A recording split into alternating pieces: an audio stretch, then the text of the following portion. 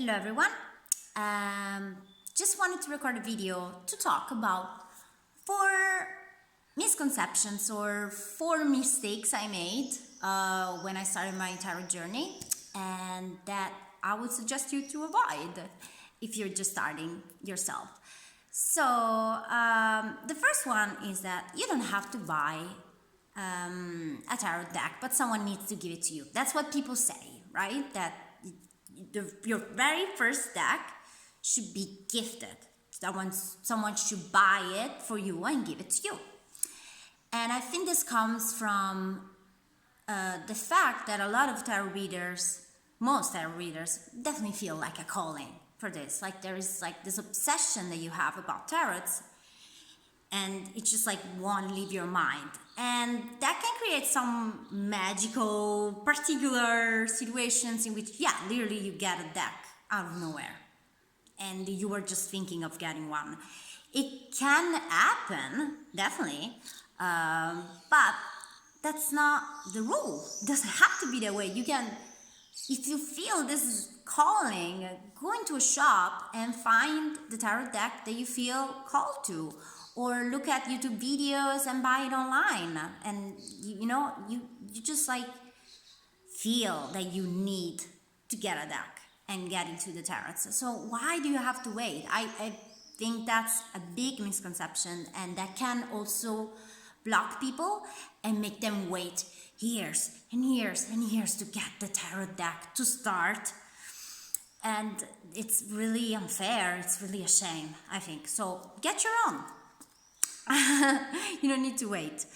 And the second one is that if you're studying tarot, you just got your deck, you're probably studying keywords, so the general meaning of the card, and that can be overwhelming. That can be very overwhelming because you just have to remember all these keywords for each card, and we're talking about a lot of cards. So yeah, that can really be a problem, and it can also like make you lose that motivation. You were super excited about tarots, and now suddenly you're like, I don't think I want to learn. So my suggestion here would be not to hold on those meanings. Consider them. You have to study them. You have to know that could be a lot of different interpretations for that card according to the situation, but use your intuition.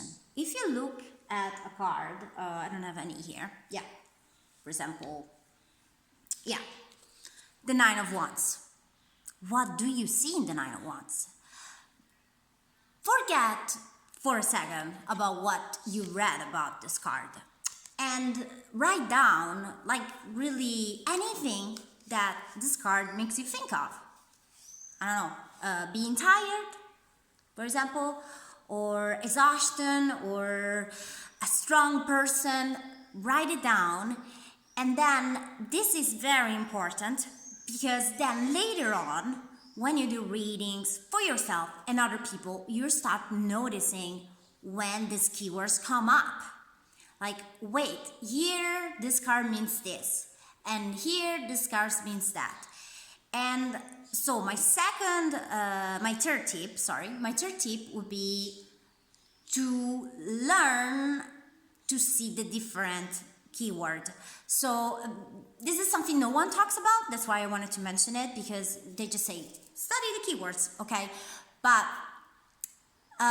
something I've learned doing tarot readings is that different people get different meanings for the cards. If I read that card for myself, it might not mean the same thing as when I read it for other people. For a friend, for my mother, for a stranger, for, anybody has a different story, a different energy.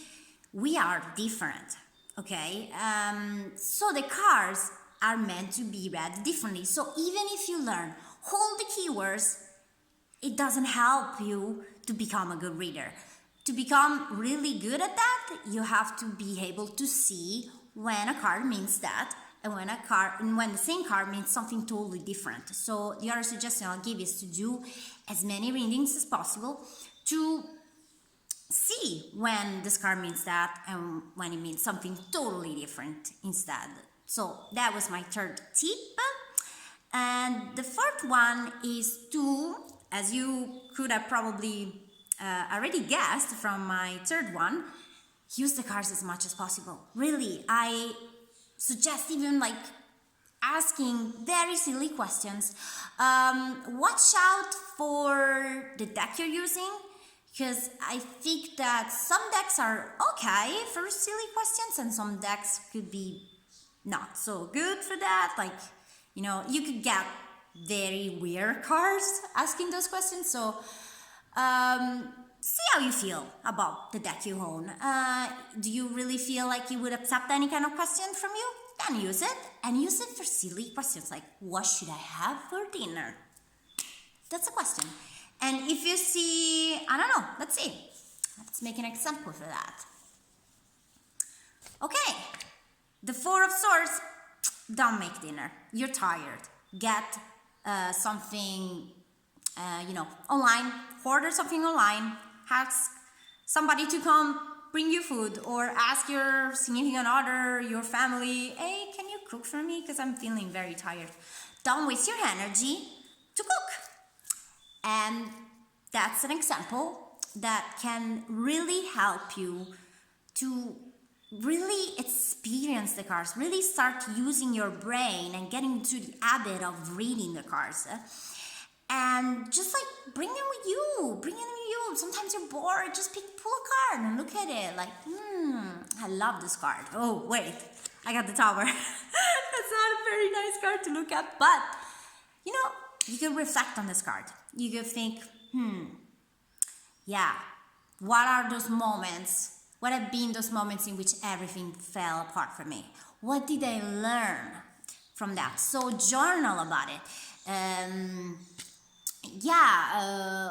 Start a discussion with a friend about it. If you feel like you want to share that with somebody, use the cards as much as possible. Make them your best friend. Sleep with them. Like, I heard of tarot readers putting tarot decks in their bathroom so they can pull a card whenever they're in the bathroom. This is a very gross example, but it really helps. And I don't see people talking about it because there's this horror about the tarot. It's like, well, the tarots are this important magical thing you have to keep in a closet and not look at it unless you have to do an important reading.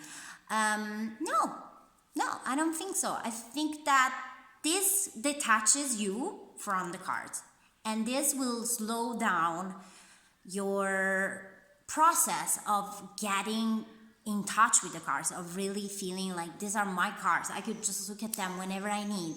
I can get guidance from them, and they are my friend. And those were my 4 tips for beginners with mistakes to avoid and suggestions. Let me know if you found it useful, and I'm really curious to see if other tarot readers could say if they can resonate with these suggestions. So thank you for watching, and bye.